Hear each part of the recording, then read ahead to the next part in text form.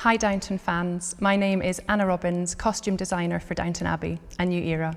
You're about to watch an interview I did with my co-costume designer Maja Meschede at the Regent Street Cinema. We loved bringing the 1920s to life on screen and can't wait for you to see the film when it's yours to own on digital and Blu-ray.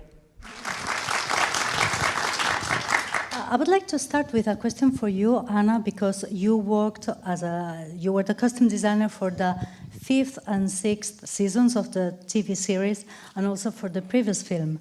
And the approach to making films as opposed to making TV is very different. How does this impact your approach to creating costumes?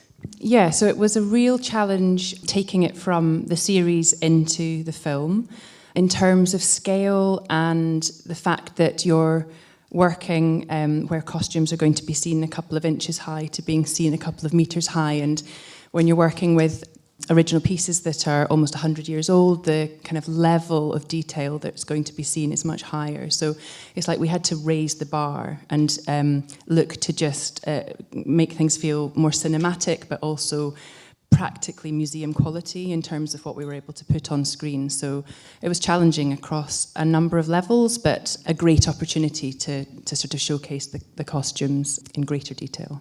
When creating costumes for a period film, there's much research involved and an aim to achieve historical accuracy.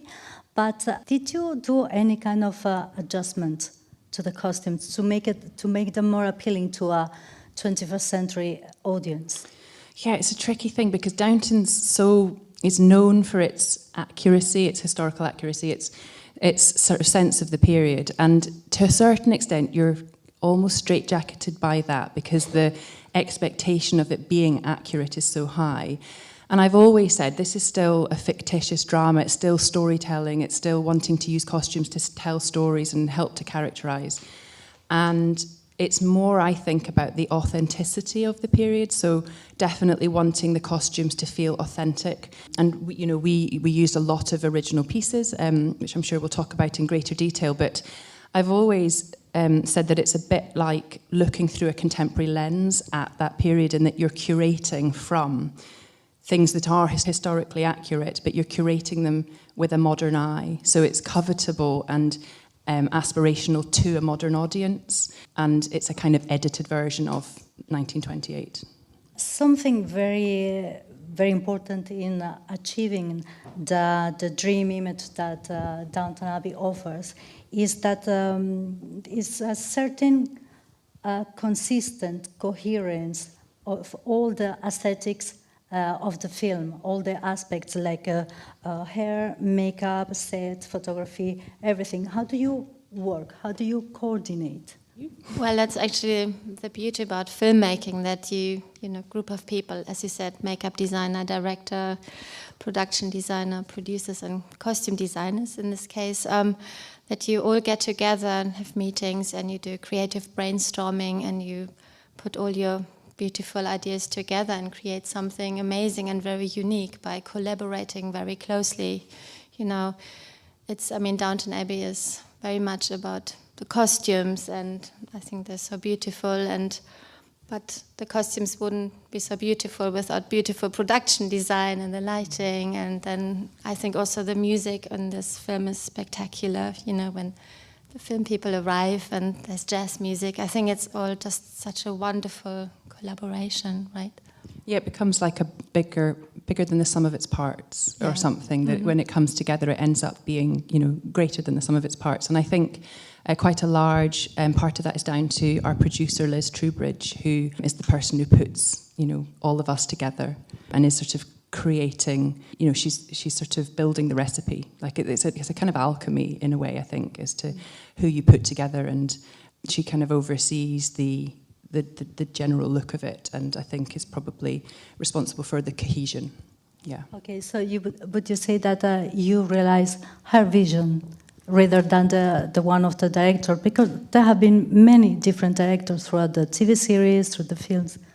Yes, and Liz has been on Downton since year dot and has such an understanding of the camera shots and the fact that they're always at a certain distance and little things that you would probably hardly notice, but are the same across all of the different directors that have come and gone. And I think that's what gives it a sense of being, linear and tied together as we've gone along. Let's talk about colors. How did you approach colors for all the different characters? I think we probably started with colour as our initial basis for discussing where we wanted to go. And I think I've always had in mind signature colours for certain characters and looked to kind of create wardrobes and palettes because of that. Sort of taking Lady Mary and Lady Edith as an example, I'm always looking to either complement each other or contrast depending on what we want the scene to do. And Lady Mary might wear slightly more colour blocking. We'd look at more primary colours. And it's like you could take the colour red, and on Lady Mary it would be maroon, and on Lady Edith it would be more coral, and on Cora it might be a more dusky pink. And so you can kind of take one colour and give it a slightly different accent for each of the upstairs women, and that creates the palette for them.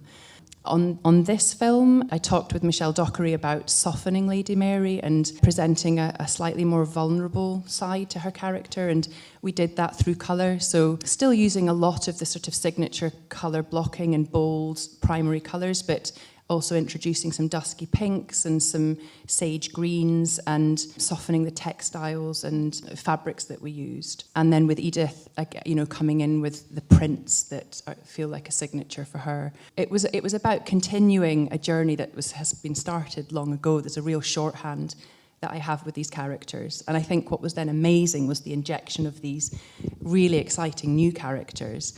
And Maja had amazing ideas about the palette that we wanted to introduce for Myrna, which was just a beautiful contrast with the characters that we already know so well. Yeah, so Myrna, when she first arrives, is in this ice blue coat and, platinum blonde hair. And it was really important for us to have her, look very different to everyone at Downton. Or when the family travels to the south of France, it's again a different color palette, which I think is so beautiful, and warm, summery colors, right?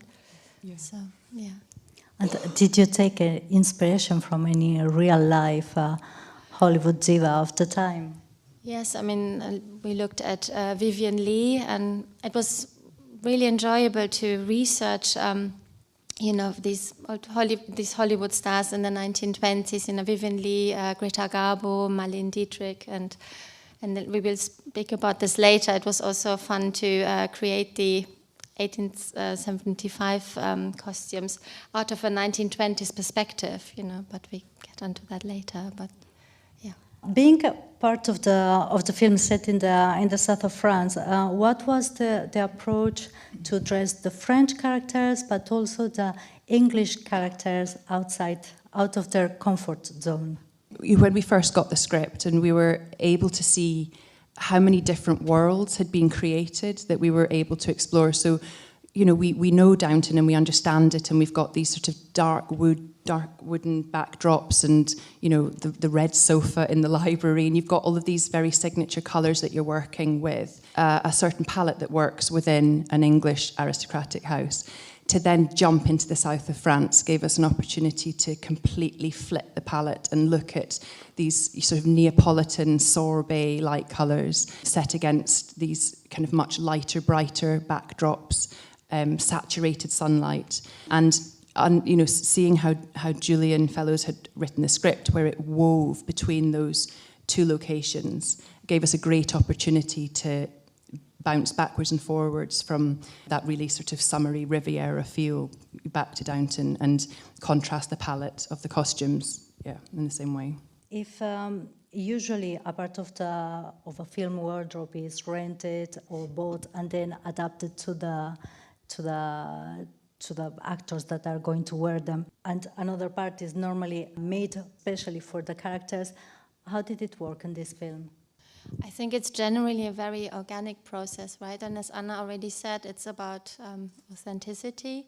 And we did find beautiful, 1920s original clothing from America, Italy, France, the UK, and also elements like beautiful lace, which then, we made dresses out of, and When we found beautiful pieces, that became, I guess, the starting point for a scene, perhaps, where you would know that it was going to be a Myrna or a Lady Mary, and then we would compose the scene, and then it would start to become apparent what we needed to make to complete those ensembles. Yeah. So I think it would usually start with an original garment or fabric, and we'd work that way. There's one specific dress for Myrna. She's wearing, it's the kind of aquamarine long evening dress with sequins, and basically we took apart a beautiful old 1920s cocktail dress that was unfortunately already quite shredded, right? And turned it upside down and created something new. And I think it depends on what you want for a specific scene, for a feeling, and depends on what we find, what works. And it's very organic, I think, the progress between finding something original or making something work, and finding a beautiful fabric, but it's not the right color, and we need a beautiful blue. And and we had an amazing dye room where we were able to basically create anything that we wanted. So we were able to, really think about it as what we were wishing for, and then make that happen. Really, very talented department. And something really exciting in this film is that there's a film within a film.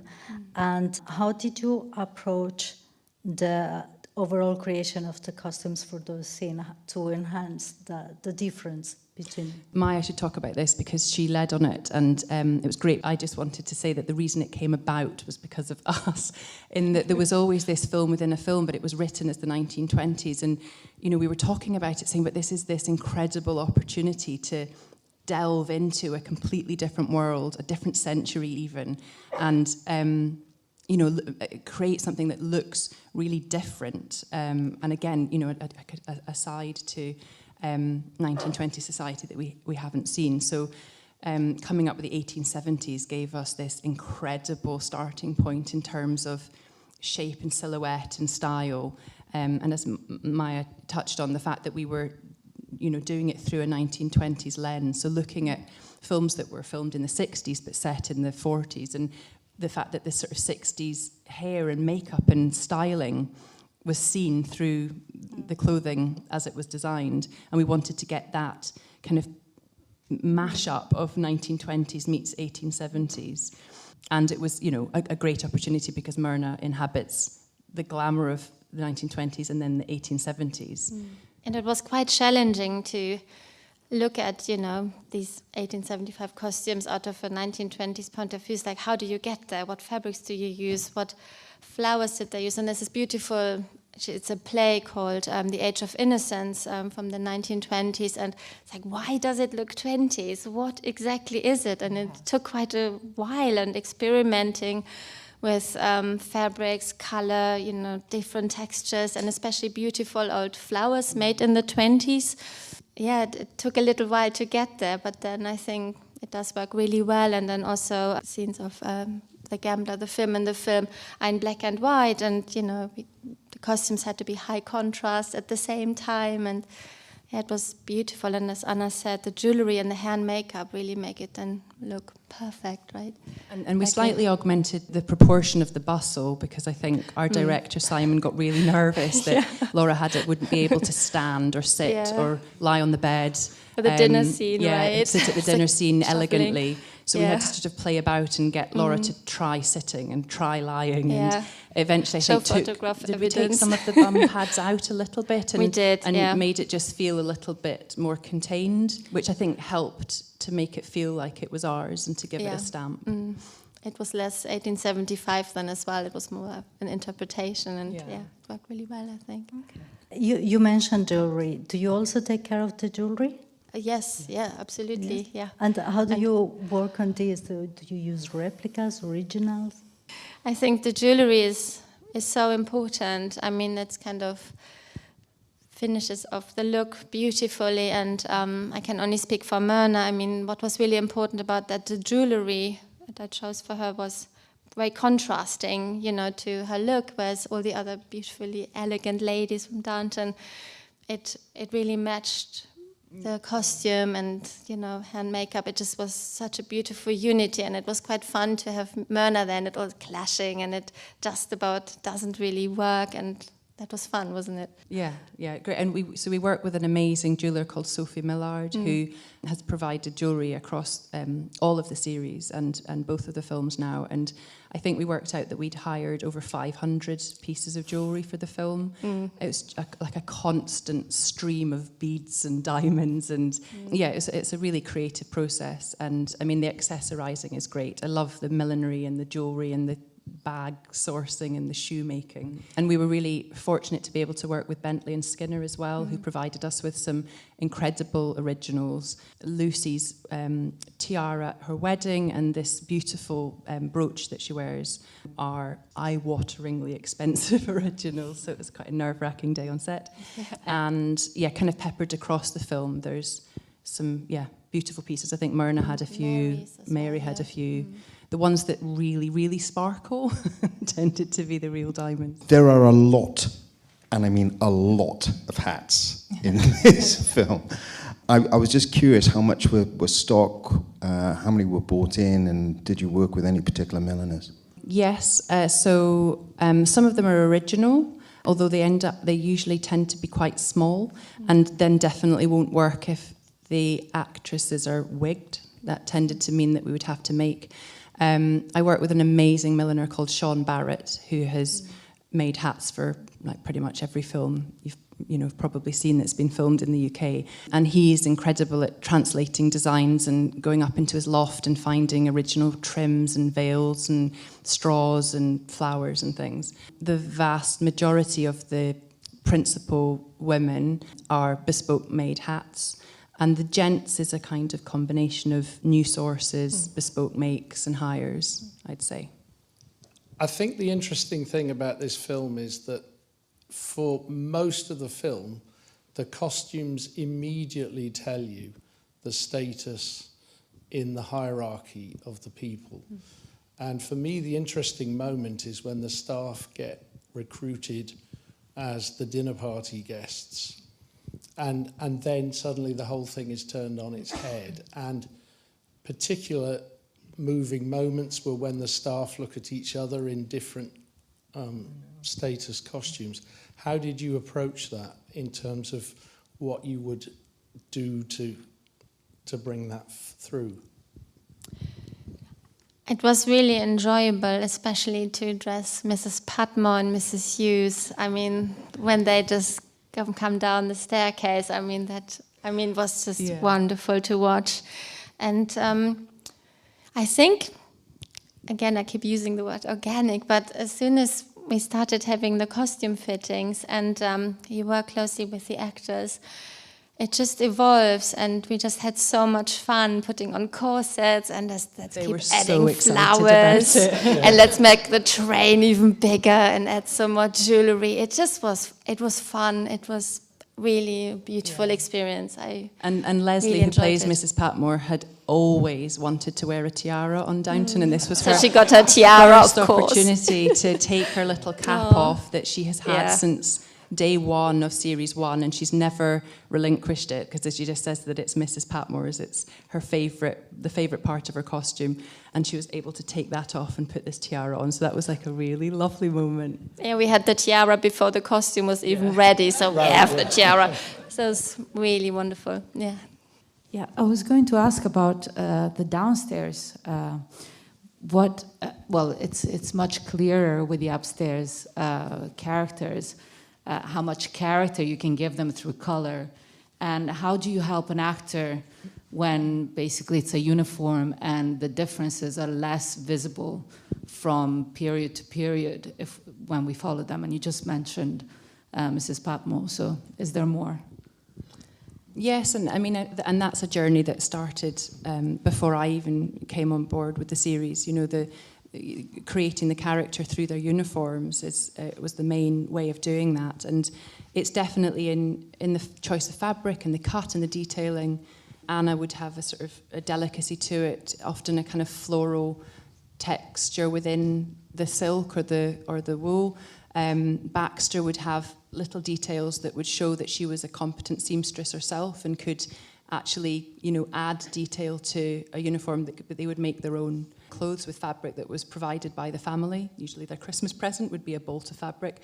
And then, I think you're right, we've got less civilian wear costumes with which to tell their stories. So you've got to be quite concise with what it is you're trying to say about the character and the colour choice. And again, Mrs. Patmore, she's reworn the same suit year upon year because actually that makes sense of her character. And it was a really practical piece of clothing that wouldn't have changed until she needed to change it. You'd make more advancements in terms of style and cut and shape with the ladies' maids because they were required to dress to a certain level because they were more visible. So it is about creating the hierarchy and looking at the practicalities of how they were able to dress and get colour on them when you can. Hi. I just wondered, do you have a warehouse full of clothing, or do you hire things in, or do you make them? And also, how much influence do the actors have in the clothes they're wearing?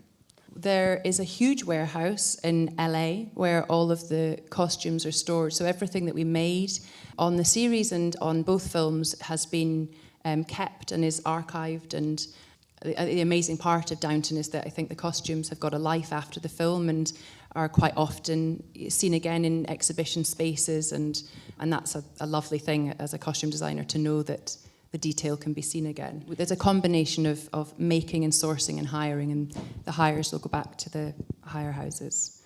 Do you get the script and then decide what the person is going to wear? Is that where it begins? Yes. The script is the starting point, along with the kind of more generic research about the time and any specifics. So I know, for example, we did a huge amount of research into swimwear. We had an entire mood board for Riviera beachwear, and then the scene was just Lucy and Branson. A lot of work. Yeah, but yeah, so a lot of research, and then script specific research where we would break down the requirements of that script, and then we would get the schedule, and the schedule will give us a timeline in terms of prepping chronologically.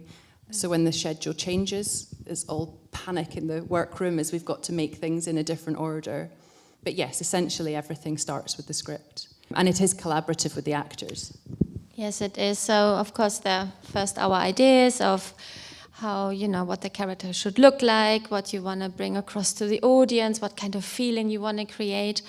And then it's really important that, once you present these costumes to the actors and you try a few things out, different colors, different shapes, patterns, it's really important that the actors feels really comfortable, like feeling like, I'm this character, and it just has to feel right. It has to be, like this unity. And I don't think it's ever possible to just impose a costume, say, this is the color I want, this is the shape, and if you like, you know what I mean? It's really important that it works for the actor and it feels right. Yeah.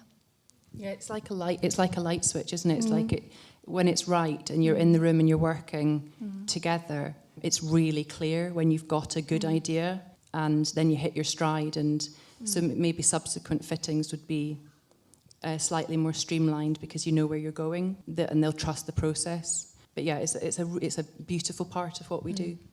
Hi, thank you very much for making us enjoy so much the film and everything. When I see all those dresses, they are quite wearable right now. I mean, I would love to dress like this. Do you think you influence the trends right now? Do you see details of with your dresses in the current tendencies? Yeah, I think that costume and fashion are intertwined, and it's quite cyclical, and they inform each other. So I think, fashion in film has always had a far-reaching impact, and then we end up looking back at fashion, and the whole cycle begins again. But I'd like to ask to both of you, which is your favorite character to dress and why? Oh, that's a really difficult one. I mean, I could maybe give you like my top 5, or like my favourite duo or my favourite ensemble. It's an absolute gift to be able to costume Mary and Edith, but that's a really easy answer because you're able to explore such incredible cutting-edge fashions. It's also incredible to design for the Dowager. You know, an incredible character requires, you know, really careful, incredible costumes, and it's been a privilege to work with Maggie. Perhaps on this film, I might even say Lucy, because we were able to, you know, suddenly allow her to blossom and find herself in this new world. In the last film, she was a lady's maid and she had about 5 costumes, and then she lights up in this and has an incredible wardrobe full of some really beautiful pieces. Oh, but then I would also say that we were able to put trousers on our women for the first time. So with Lady Mary, she has these silk pyjamas. It felt right that Edith was a liberal career woman with one foot in London, one foot in Brancaster, and that she'd have taken that opportunity to move forward in that way, and that was really exciting for us. For me, it's also more than one character in one costume. I mean, I love Mrs. Hughes and Mrs. Patmore in their 1875 because it's just so charming, and it was very special. And then I enjoyed immensely dressing Myrna from when she arrives and to, you know, the little black and white film in the cinema in her boudoir was wonderful. And John Bright from Cosprop lent us his archive collection. That was also really special. I mean, what a collection he has. And then also I love Madame Montmirail, and my favorite costume of hers, the one when we arrive at the French Riviera and she walks down the stairs in this very elegant black and white dress. Was also a highlight for me. But yeah, I think there's too much to choose So many from. costumes. It's Yeah, really it was hard. just a feast. I was just going to ask, I was lucky to visit Highclere in February, and how much does the furnishings and the colours in the house, which are quite strong, play with what you choose to dress the characters with colour-wise? Because you see them standing out quite strongly against the red sofa or the columns or something. How much does that play? And there's a lot of light and dark in the film. You also want them to sparkle. So how does that come into your mind when you're thinking about where they're going to be sitting, where they're going to be standing? I mean, all of those things. So, you know, as soon as you have the script and you know which room they're going to be in, you know what colours you're going to be working with. I have to say that the red sofa is the bane of my life because it's a really difficult colour to create harmony. And one of the more complicated things is when you read someone going from one room into another and you're like, oh, well, then I've got to make it work in both spaces. And, you know, with this person and then with that person. So it just becomes more complex. But Highclere, you'll have seen this, it doesn't change hugely from reality into filming. Yeah, it's a strong palette and quite a dark palette, but it gives you great spaces to work with. I always wish that they spent more time in the drawing room, which has got this lovely like duck egg blue wallpaper, silk wall covering, but it's really difficult to film there because of the angles and the mirrors that can't be removed. So we don't spend much time in there, and I've always found that a shame because costumes look great against that palette. Thank you. I wanted to ask if you've done many period films or series, and if not, how does a costume designer start doing period films? Because obviously you have to have so much specific knowledge, especially the older the period, like you need to know the undergarments, how to put a corset on, all of those things. I think there are many different ways. Some designers start out at a very early stage and, you know, you just learn by doing, you know, just get thrown into the deep end and you just do it and you do research while you're making the film. I assisted for a long time, so I was watching wonderful costume designers, you know, looking over their shoulders and learning that way. So I think a lot is also just have to go and do it and you know, keep learning. I think I'm still, after 21 years, I'm still learning every day, right? it never stops. So yeah, and I think it's quite interesting because we're both designers but have come from in very different directions. As Maja said, she's worked with some of the great costume designers and learned from them. I started designing really early and was designing like period shorts where the budget was about 50p and you're trying to work out how to do Victorian costumes on a shoestring. And I've just sort of worked my way up that way. And I've always done contemporary and period, which, and possibly starting off with more contemporary and ending up doing more period. So it's a really difficult question to actually give a definitive answer. I've been very, I've always said yes to opportunity, even if I've not been sure how to achieve it. I've said yes and then I've figured it out. yeah, I think it's about being brave. One of my first really, really low budget student feature films was contemporary, but also set in the 30s, and I had to go to Camden Market and bought 1980s clothing, and at night I was recutting them because, you know, the shape is at least similar to the 30s, and I mean, it's just about being brave, and as Anna said, using every opportunity and be passionate, you know, so yeah. Firstly, let me say, well done. They were absolutely beautiful, thank you. Thank you. Where you can't get authentic costumes, how often do you use like man-made fabrics to natural fabrics? I mean, I don't want to say it, but I don't think there's any man-made fabrics in this. I mean, not knowingly. I think we were pretty disciplined and passionate about making sure it was as authentic as possible. So using natural fibres and constantly trying to find fabrics that behaved in the same way. So it's like velvet, metallic lace, devore, print. It's like they're all the holy grails where you're trying to find things that have the same handle, the same drape, the same weight. I think that's, for me, one of the biggest challenges, to have a completely new costume standing next to an original and for it to feel like they're from the same world. Thank you very much, everybody, for coming. Thank you to the Regent Street Cinema for hosting us. Thank you very much for coming, for joining us today. You're welcome. Thank you.